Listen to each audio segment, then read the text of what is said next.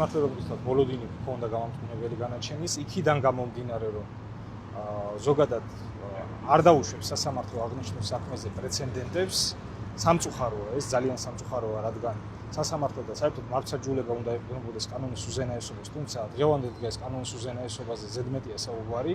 რა თქმა უნდა, მოსამართლემ შაბლონურად გამოიტანა გადაწყვეტილება როგორც სხვა საქმეებზე, სხვა პოლიტიკურ საქმეებზე და ახაც გამოიყენა სასჯელის სახით 4 წელი და 6 თვე. გავასაჩივრებთ, უდაოდ გავასაჩივრებთ აღნიშნულ გადაწყვეტილებას სააპელაციო სასამართლოში, ბოლომდე მივყვებით, ბოლომდე ვიბრძოლებთ.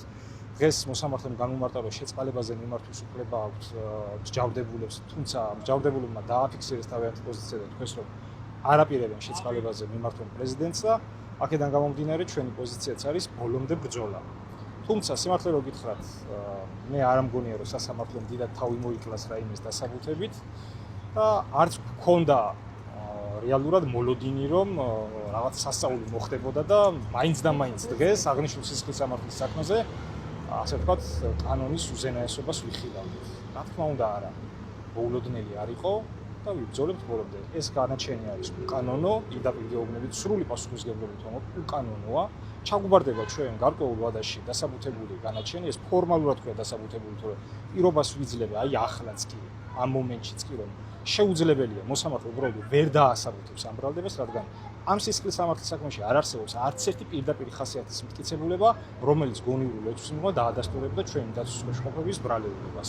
სრული პასუხისმგებლობით ვამბობ ამას. როგორც მოსამართლე ინო გალოსტაშვილმა გამოაცხადა განაჩენი თემურ ზასოხაშვილის და დავით ლომძის მიმართ გამამტყუნებელია თავისუფლების ზაფხულთა შეუყვარდა 4 წელი და 6 თვით.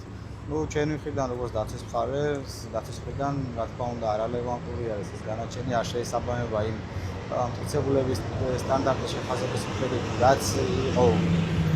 რაც არსებობდა სისხლის სამართლის საქმის მასალებში, მტკიცებულებები მოპოვებული იყო დარღვევით, ამაზე არაერთხელ ვისაუბრეთ, დასმის სიტყვაშიც გამიხილეთ ეს, გავშალეთ ძალიან ფართოდ.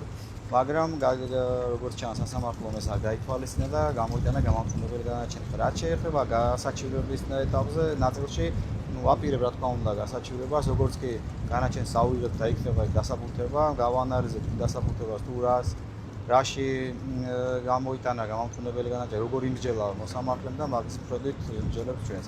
რა თქმა უნდა გავასაჩივრებთ ამ ეტაპზე ესეთი განწყობა.